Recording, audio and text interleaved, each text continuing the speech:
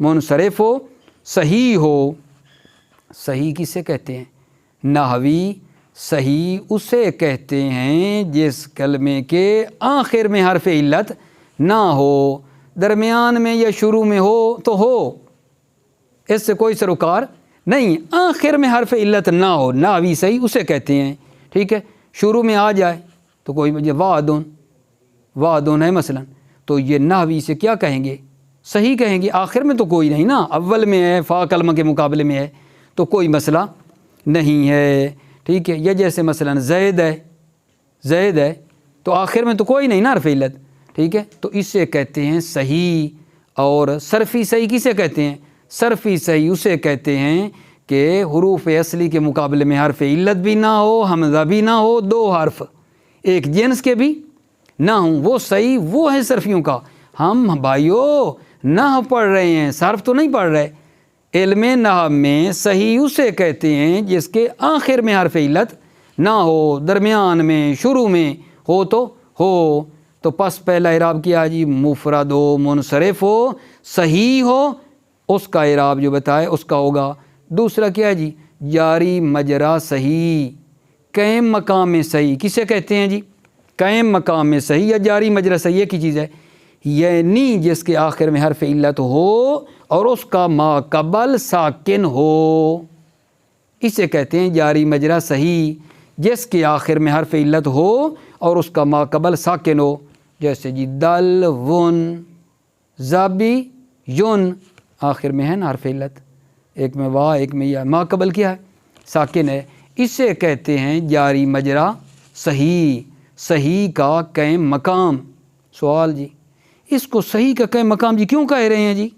سوال، صحیح کا قائم مقام، صحیح کا قائم مقام اس لیے کہہ رہے ہیں کیونکہ وہ صحیح والا اعراب جو ہے، صحیح والا اعراب یہ بھی قبول کرتا ہے، جو صحیح کا اعراب ہے مفرد منصرف صحیح کا، جاری مجرا کا بھی وہی، اس لیے قائم مقام صحیح کہا ہے۔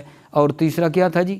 جمع مکسر، جمع مکسر، جمع مکسر ابھی پڑھ کے آئے ہیں، اسے کہتے ہیں کہ جس کی جمع بناتے ہوئے واحد کی بنا ٹوٹ گئی ہو، جیسے رجالون، تو ان تینوں کا اعراب نا ایک ہے، رفع ضمہ کے ساتھ، نصب فتح کے ساتھ، جر کسرہ کے ساتھ، ان تینوں کا اعراب ایک جیسا ہے، ٹھیک ہے۔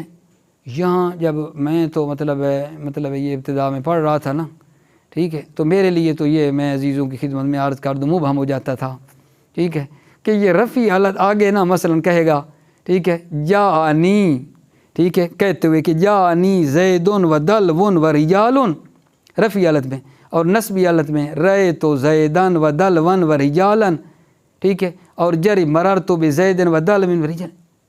سمجھ نہیں آتی تھی بھئی، کبھی زیدون لگاتا جا رہا ہے، ٹھیک ہے، کبھی جناب کہتا ہے زیدون دلون رجالن، پھر جناب تبدیل ہوتا جا رہا ہے زیدن دلون، کہہ دیتے تھے بس، نہ سمجھے، ہماری کم فہمی تھی، ٹھیک ہے، وہ رفعی حالت نصبی جری حالت سمجھ میں نہیں آتی تھی کہ یہ مسئلہ کیا ہے، ٹھیک ہے۔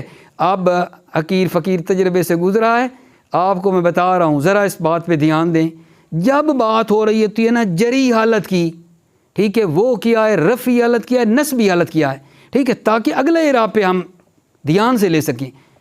بھلا کیا جب کہتے ہیں نا رفعی حالت ضمہ کے ساتھ ہے، توجہ چاہتا ہوں، جب کہیں نا رفعی حالت ضمہ کے ساتھ ہے، عامل کو چیک کرو، بس رفعی حالت میں عامل کو چیک کرو۔ اگر عامل فعل ہے جو کیا چاہتا ہے؟ فاعل چاہتا ہے، عامل کے پیچھے جائیں، رفعی حالت کو ڈھونڈنا ہے تو فعل ہے جو کہ نا فاعل کا تقاضا کر رہا ہے، تو فاعل کیا ہوتا ہے؟ نحو میں کل فاعل مرفوع، ٹھیک ہے، تو آپ نے اس فعل کو جو فاعل چاہتا ہے سمجھ لیں کہ یہ حالت کون سی آنا چاہتی ہے؟ رفعی حالت، رفعی حالت، ٹھیک ہے۔ اچھا، جب پوچھے کہ جی نصبی حالت آ رہی ہے، نصبی حالت فتح کے ساتھ، نصبی حالت، آگے اعرابوں کو پہلے تھوڑا چیک کریں تاکہ اگلے میں پہلے میں دوسرے میں کبھی زبریں دیتا جا رہا ہے، کبھی زیریں، کبھی جناب جو ہے نا پیشیں دیتا جا رہا ہے، سمجھ ہی نہیں آتی کیا کہہ رہا ہے، نہیں، ٹھیک ہے۔ اب نصبی حالت کی جب باتیں آئی تو پھر پیچھے جاؤ، عامل کیا ہے؟ رأے تو فعل فاعل ہے، جب فعل فاعل ہے تو فعل فاعل کو کیا چاہیے ہوتا ہے؟ مفعول۔ اب کہیں گے رأے تو زیدن، ٹھیک ہے، رائے تو زیدن، ٹھیک ہے.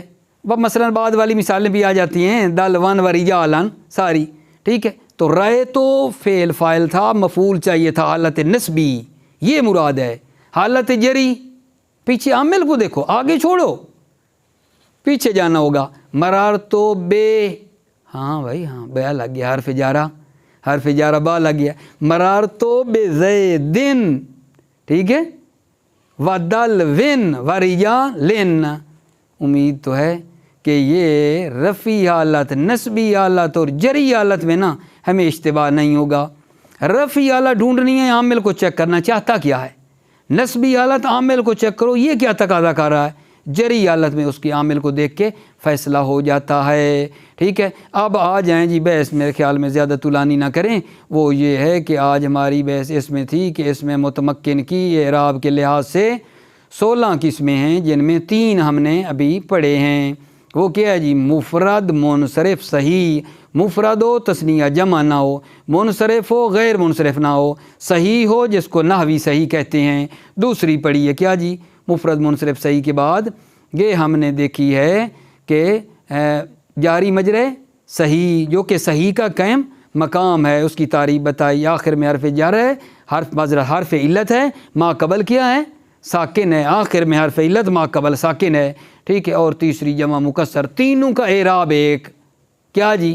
رفع ضمہ کے ساتھ، رفع یعنی رفعی حالت ضمہ کے ساتھ، نصب فتح کے ساتھ، نسبی حالت فتح کے ساتھ، جار یعنی جری حالت کیا ہے؟ کسرہ کے ساتھ آئے گی، ٹھیک ہے. بس اسی کا انشاءاللہ آج اس پہ اکتفا کرتے ہیں. جی بسم اللہ الرحمن الرحیم. فصلون، اسم کے اعراب 3 ہیں، رفع نصب جر. اسم متمکن کی اعراب کے اعتبار سے 16 قسمیں ہیں. مفرد منصرف صحیح جیسے زیدون، صحیح کی قید سے نا اسماء ستہ خارج ہو گئے.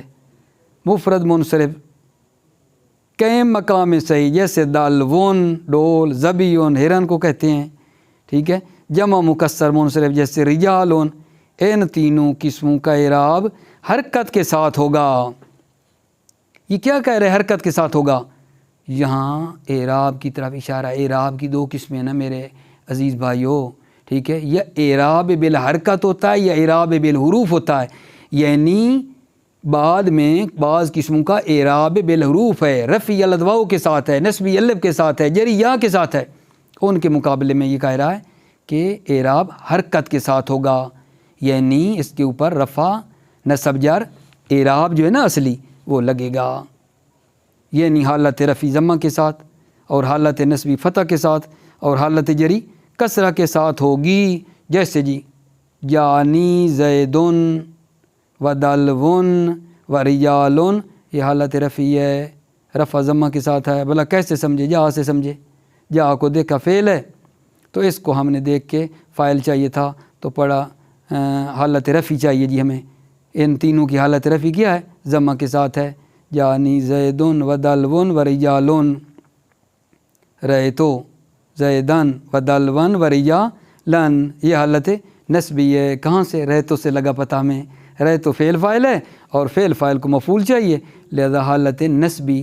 رہے تو زیدن و دلون و رجالن، ٹھیک ہے. تیسری مثال ہے مرار تو بے زیدن و دلون و رجالن، یہ حالت جری ہے. یہ حالت جری با کو دیکھ کے ہم نے اس کو دیکھا. فائدہ تو جی مفرد منصرف صحیح کا مطلب یہ ہے، وضاحت کر رہا ہے، میں بھی عرض کر چکا ہوں، یہ بھی توضیح دینے کا مطلب یہ ہے کہ وہ اسم تثنیہ اور جمع نہ ہو، ٹھیک ہے، اور غیر منصرف نہ ہو. منصرف کی قید لگائی نا. اور صحیح نحویوں کی اصطلاح میں ایسے اسم کو کہتے ہیں جس کے آخر میں حرف علت نہ ہو، خواہ شروع اور درمیان میں ہو، جیسے وعدن زیدن وغیرہ، ٹھیک ہے. اب وعدن کے شروع میں تو حرف علت ہے لیکن یہ صحیح ہے نحویوں کی نظر میں، ٹھیک ہے. زید بھی اسی طرح. اور قائم مقام صحیح کا مطلب یہ ہے کہ آخر میں اگرچہ حرف علت ہو مگر اس کا ما قبل ساکن ہو، جیسے دلون زبیون وغیرہ. انشاءاللہ بعد والی قسمیں نا بعد میں عرض کروں گا. السلام علیکم ورحمۃ اللہ وبرکاتہ۔